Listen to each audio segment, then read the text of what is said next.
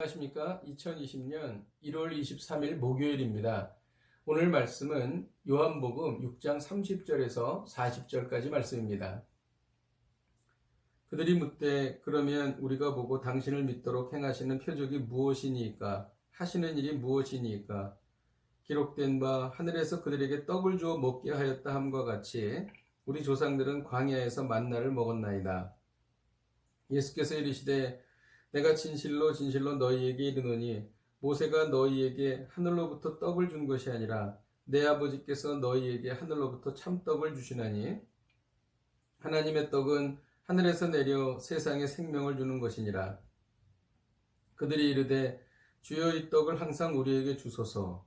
예수께서 이르시되 나는 생명의 떡이니 내게 오는 자는 결코 줄이지 아니할 터이요 나를 믿는 자는 영원히 목마르지 아니하리라. 그러나 내가 너희에게 이르기를 너희는 나를 보고도 믿지 아니하는도다 하였느니라. 아버지께서 내게 주시는 자는 다 내게로 올 것이요 내게 오는 자는 내가 결코 내쫓지 아니하리라. 내가 하늘에서 내려온 것은 내 뜻을 행하려 함이 아니요 나를 보내신 이의 뜻을 행하려 함이니라. 나를 보내신 이의 뜻은 내게 주신 자 중에 내가 하나도 잃어버리지 아니하고 마지막 날에 다시 살리는 이것이니라. 내 아버지의 뜻은 아들을 보고 믿는 자마다 영생을 얻는 이것이니 마지막 날에 내가 이를 다시 살리리라 하시니라. 아멘. 무리들이 벳세다에서 가브나움까지 예수님을 따라 왔습니다. 그들은 벳세다에서 오병이어의 기적을 행하시는 예수님을 보고 배를 타고 따라온 것이죠. 이들이 예수님을 따라온 것은 그들의 욕망을 채우기 위함이었습니다. 이에 대해서 예수님은 나는 생명의 떡이다 이렇게 말씀하셨습니다. 30절에 보면 그들이 묻습니다. 우리가 무엇을 보고 당신을 믿겠습니까? 모세는 만나를 내려주었는데 당신은 우리에게 무엇을 줄 수 있습니까? 이렇게 물어보았습니다.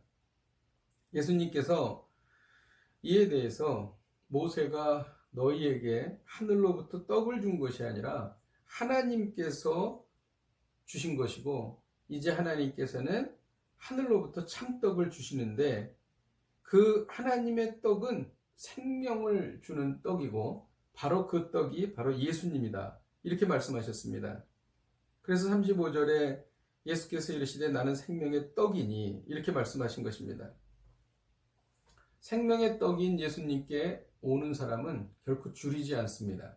그리고 또 영원히 목마르지 않는다고 주님께서 말씀하셨습니다. 그리고 그들에게 이렇게 말씀하시는 거죠. 너희는 나를 믿지 아니하는도다. 그들이 오병이어의 기적을 행하는 것을 보고 믿었기 때문에 온 것이라고 사람들은 생각할 수 있습니다.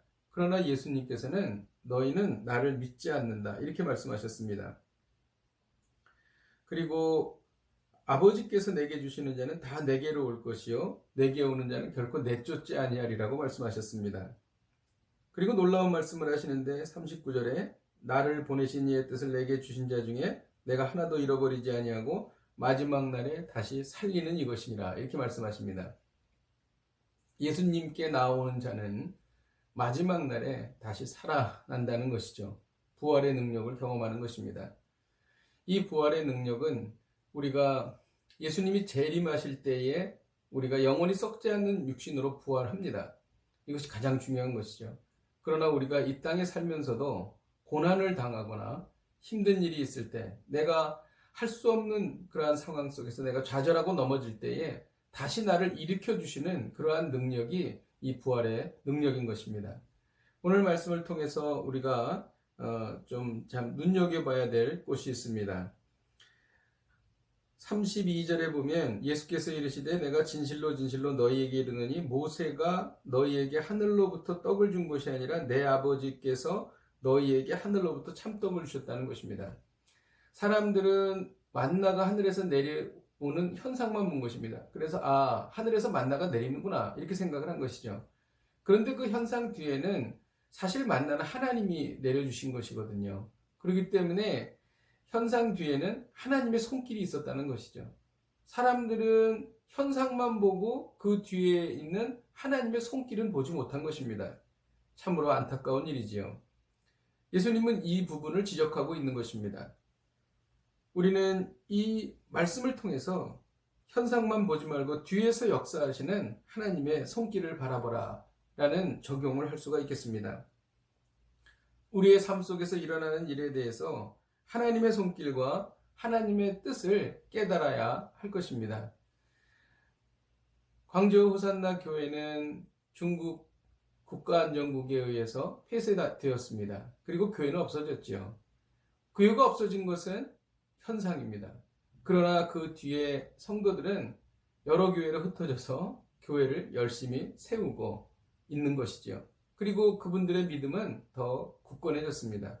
바로 이것이 하나님의 손길인 것이죠. 우리가 어떤 일을 만나든지 그 일에 대해서 항상 그 뒤에 있는 하나님의 손길을 깨달아야 할 것입니다. 또 37절에 보면 아버지께서 내게 주시는 자는 다 내게로 올 것이요 라고 기록하고 있습니다. 그 바로 위에 36절에 너희는 나를 믿지 아니하는도다 이렇게 말씀하셨습니다. 예수님이 행한 것을 아는 것이 믿는 것이 아니라 예수님께 나오는 사람이 믿는 것이라는 뜻으로 주님은 말씀하신 것이죠. 진정한 믿음은 무엇인가? 예수님께 나오는 것입니다. 그래서 이 말씀을 통해서 예수님을 따라감으로 진정한 믿음을 보이라 이렇게 우리가 적용할 수 있겠습니다. 예수님을 따라가는 것은 예수님의 말씀을 순종하는 것입니다. 예수님의 말씀을 순종하는 사람만이 예수님을 따라가는 사람인 것이죠. 그럴 때 주님께서는 우리의 믿음을 인정해 주시는 것입니다. 기도하겠습니다. 하나님 아버지 감사합니다. 오늘 귀한 말씀을 주시니 감사합니다. 하나님 아버지 우리가 우리의 삶 속에서 일어나는 일을 현상만 보지 않고 그 뒤에 역사하시는 하나님의 손길을 느낄 수 있도록 인도하여 주옵소서. 또 예수님을 따라감으로 우리의 진정한 믿음을 보여드리는 그러한 삶을 살게 하여 주옵소서. 예수님의 이름으로 기도하였습니다. 아멘. 할렐루야. 오늘 하루를 사시면서 우리의 삶 속에서 일어나는 일 가운데 하나님의 손길이 무엇인지를 느끼시고 감동하시고 감사하시는 복된 하루가 되시기를 주님의 이름으로 축복드립니다.